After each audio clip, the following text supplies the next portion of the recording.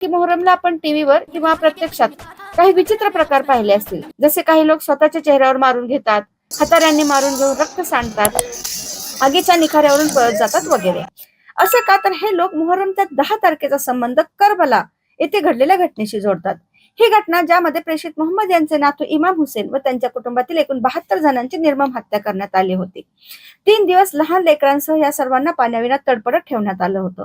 खरं तर हे खूप दुःखद आहे, निंदनीय आहे.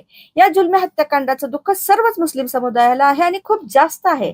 पण तरीही तरीही कोणासाठी कोणता दिवस साजरा करणे हे इस्लाम मान्य नाही. कितीही थोर व्यक्ती असली तरी या प्रकारे मातम करणे, मिरवणुका काढणे हा इस्लामचा भाग नाही. कारण इस्लाम हा व्यक्तिनिष्ठ नव्हे तर तत्वनिष्ठ मानतो. त्यामुळेच तर इस्लाममध्ये कोणाची जन्मतिथी व पुण्यतिथी साजरी करत नाहीत. इतकंच काय तर खुद प्रेषित मोहम्मद हे जगातील एकूण मुस्लिमांचे आदर्श, पण त्यांच्याही जन्म मृत्यूचे देखील दिवस साजरे केले जात नाही. प्रेषित मोहम्मद यांच्या काळात त्यांचे जवळचे नातेवाईक, कित्येक साथीदार यांना हौतात्म्य प्राप्त झाले.